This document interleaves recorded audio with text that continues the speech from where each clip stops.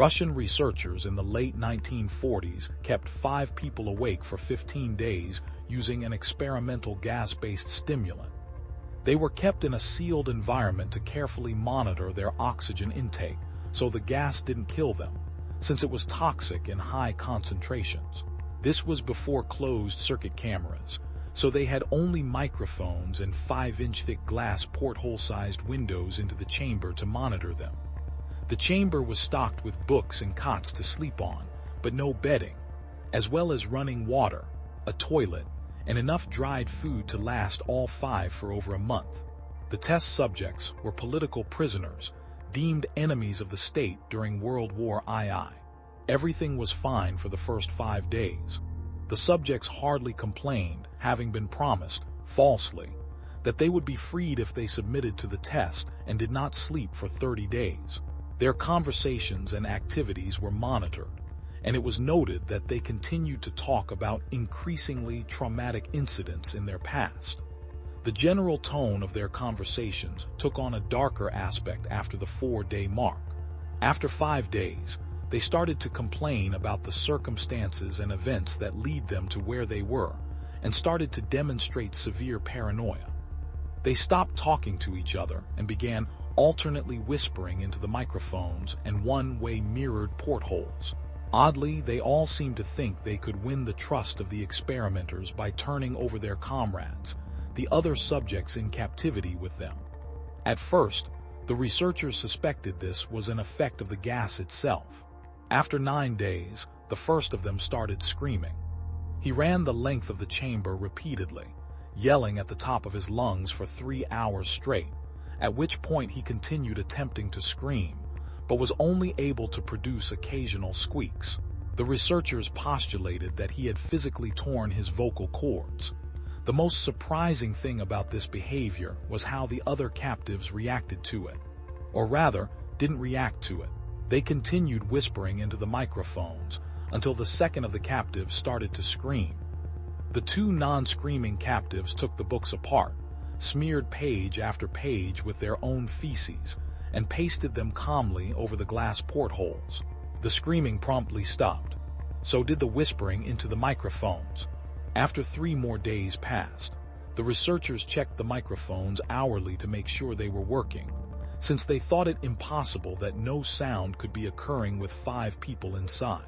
The oxygen consumption in the chamber indicated that all 5 must still be alive. In fact, it was the amount of oxygen 5 people would consume at a very heavy level of strenuous exercise. On the morning of the 14th day, the researchers did something they said they would not do to get a reaction from the captives. They used the intercom inside the chamber, hoping to provoke any response from the people they were afraid were either dead or vegetables. "We are opening the chamber to test the microphones. Step away from the door and lie flat on the floor, or you will be shot. Compliance will earn one of you your immediate freedom. We no longer want to be freed."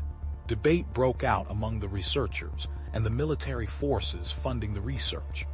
Unable to provoke any more response using the intercom, it was finally decided to open the chamber at midnight on the 15th day. The chamber was flushed of the stimulant gas and filled with fresh air, and immediately, voices from the microphones began to object. 3 different voices began begging, as if pleading for the life of loved ones, to turn the gas back on. The chamber was opened, and soldiers were sent in to retrieve the test subjects. They began to scream louder than ever, and so did the soldiers when they saw what was inside. 4 of the 5 subjects were still alive, although no one could rightly call the state that any of them in life. The food rations past day 5 had not been so much as touched. There were chunks of meat from the dead test, subjects' thighs and chest, stuffed into the drain in the center of the chamber, blocking it, and allowing 4 inches of water to accumulate on the floor. Precisely how much of the water on the floor was actually blood was never determined. All 4 surviving test subjects also had large portions of muscle and skin torn away from their bodies. The destruction of flesh and exposed bone on their fingertips indicated that the wounds were inflicted by hand, not with teeth as the researchers initially thought. Closer examination of the position and angles of the wounds indicated that most, if not all of them, were self-inflicted. The abdominal organs below the ribcage of all 4 test subjects had been removed. While the heart, lungs, and diaphragm remained in place, the skin and most of the muscles attached to the ribs had been ripped off, exposing the lungs through the ribcage. All the blood vessels and organs remained intact, but had been taken out and laid on the floor, fanning out around the eviscerated but still living bodies of the subjects. The digestive tract of all 4 could be seen to be working, digesting food. It quickly became apparent that what they were digesting was their own flesh that they had ripped off and eaten over the course of days. Most of the soldiers were Russian special operatives at the facility, but still, many refused to return to the chamber to remove the test subjects. The subjects themselves continued to scream to be left in the chamber and begged and demanded that the gas be turned back on, lest they fall asleep. To everyone's surprise, the test subjects put up a fierce fight in the process of being removed from the chamber. One of the Russian soldiers died from having his throat ripped out, and another was gravely injured by having his testicles ripped off, and an artery in his leg severed by one of the subject's teeth. Another 5 of the soldiers lost their lives, if you count the ones that committed suicide in the weeks following the incident. In the struggle, one of the 4 living subjects had his spleen ruptured and bled out almost immediately. The medical researchers attempted to sedate him, but this proved impossible. He was injected with more than 10 times the human dose of a morphine derivative, and still fought like a cornered animal, breaking the ribs and arm of one doctor. His heart was seen to beat for a full 2 minutes after he had bled out, to the point there was more air in his vascular system than blood. Even after it stopped, he continued to scream and flail for another 3 minutes, struggling to attack anyone in reach and just repeating the word more over and over, weaker and weaker, until he finally fell silent. The surviving 3 test subjects were heavily restrained and moved to a medical facility, the 2 with intact vocal cords continuously begging for the gas, demanding to be kept awake. The most injured of the 3 was taken to the only surgical operating room that the facility had. In the process of preparing the subject to have his organs placed back within his body, it was found that he was effectively immune to the sedative they had given him to prepare him for the surgery. He fought furiously against his restraints when the anesthetic gas was brought out to put him under. He managed to tear most of the way through a 4-inch-wide leather strap on one wrist, even through the weight of a 200-pound soldier holding that wrist. It took only a little more anesthetic than normal to put him under, and the instant his eyelids fluttered and closed, his heart stopped. In the autopsy of the test subject that died on the operating table, it was found that his blood had tripled the normal level of oxygen.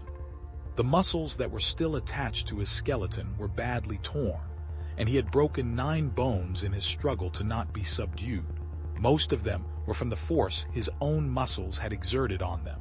The second survivor had been the first of the group of 5 to start screaming. His vocal cords destroyed, he was unable to beg or object to surgery, and he only reacted by shaking his head violently in disapproval when the anesthetic gas was brought near him.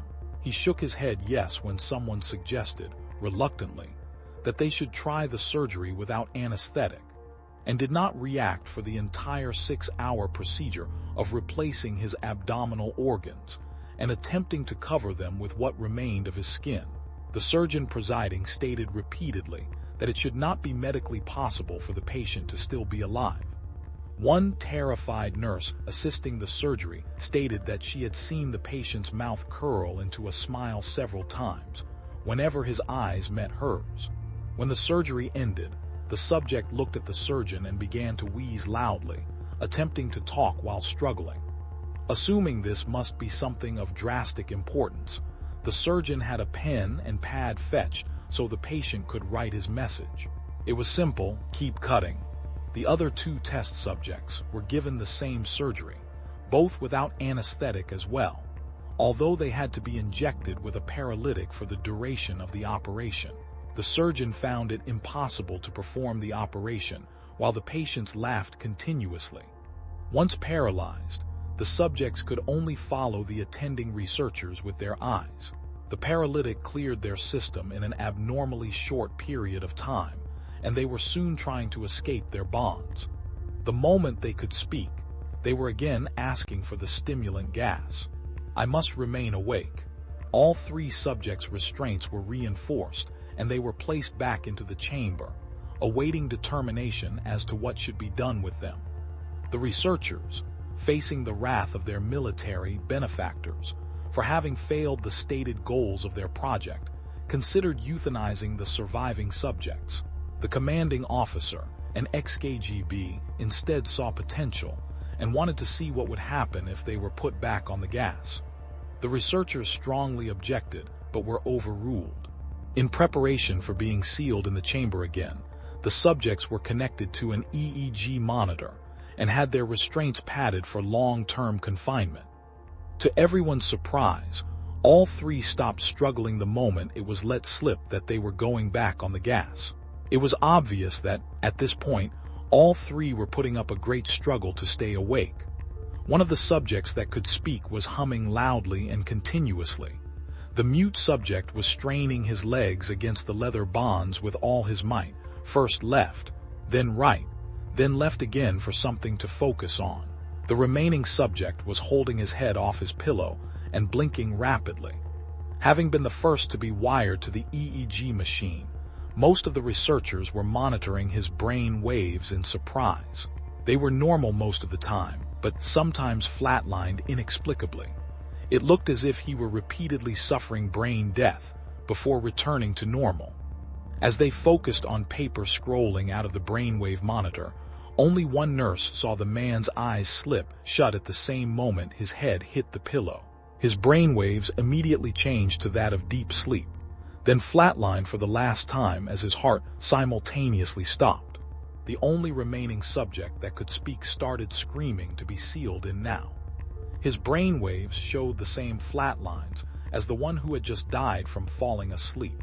The commander gave the order to seal the chamber with both subjects inside, as well as 3 researchers. One of the named 3 immediately drew his gun and shot the commander point blank between the eyes, then turned the gun on the mute subject and blew his brains out as well. He pointed his gun at the remaining subject, still restrained to a bed, as the remaining members of the medical and research team fled the room. "I won't be locked in here with these things."